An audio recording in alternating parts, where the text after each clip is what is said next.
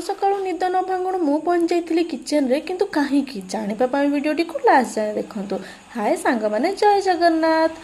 तो गोटे लंबा ब्रेक पर मु आपण मानकु स्वागत करछि मोर गोटे कुनी ब्लॉग को। तो बहुत कष्ट रे निद भांगिला परे मु उठी की पहुँची जाइथिली किचन रे कहीं सकाळू किचन रे न पहुँचले काम बिल्कुल भी सरेनी। एंड चटापट मु मो पाई बनैथिली टिके डिटॉक्स वाटर आउ डिटॉक्स वाटर को एंजॉय करी करी मु मोर झरका आडू व्यू एंजॉय करथली बाहरर। आ एपटे परिबा कटाकटी मध्ये चलथिला परिबा कटाकटी सरी गला किंतु मोर डिटॉक्स वाटर सरीलानी। सो बसिकी टिके डिटॉक्स वाटर एंजॉय करी करी पी देली। आ तापरे मु बाहर जाइथिली फूल तोलिया पई। बाहर की देखे तो बाहर होउची वर्षा। चटापट तोड़ी की अल्प दिटा फूल तोड़ी की नहीं आसिले। एंड सांगे सांग मोर नित्यकर्म सारिकी मु रोसई स्टार्ट कर देइथिली। एपटे मु तैयारी करथली भजा आउ गोटे साइड रे मोर भात बसथिला। आ सकाळू ही भात एथि पई रोसई करछि काइना आमे दी जण जाको एका संगरे बाहर की निज निज ड्यूटी पळै जाऊ परे लंच बने पई घरे की नथांती। सो एठी मु बने देइथिली अट्टा दळी देइथिली आउ चा एपटे बने देइथिली पतिदेव को पाई काइना से सकाळ टिके चा मिली गले से बहुत खुशी भारी सरल मनिषटिए। देन एपटे मु मोर आलू भर्ता बनेइथिली आउ रुटी बने देइथिली हमर ब्रेकफास्ट पाई। आउ पुओ पाई बनेइथिली आलू परोटा काइना से रुटी सहित भजा के तरकारी लगे कि खाई पारेनी।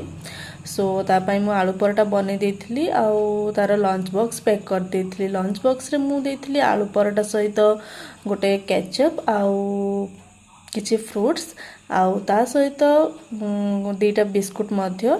एपटे मु मोर पतिदेवकर मध्य लंच बॉक्स पैक कर देइथिली।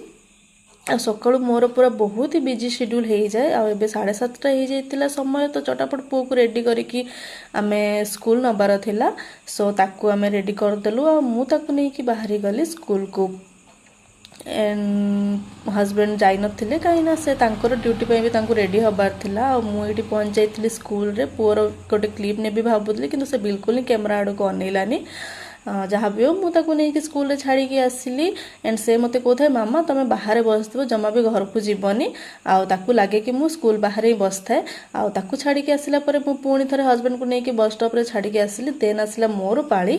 आउ एठी मु रेडी ही जाइछि। आ रेडी हैला परे भाबिली कोन टिके खाइबे बहुत क्रेविंग्स होतला मिठा खाइबार। तो गोटे जलेबी खाई देली। आ मु बाहरी गली मोर ड्यूटी पाई मोर बैग बस्तानी धरिकी। आ मु मोर बैग उठेइली आउ चलली मोर ड्यूटी को। तो एटा थिला मोर सकाळरू 9टा जाएर ब्लॉग पूरा फुल डे रो ब्लॉग बनेले बहुत ही लंबा हो जाबो। सो आपण माने समस्त बोर हे जिवे। सो एठी मु मोर चलली माओवादी हे की ड्यूटी। Thank you.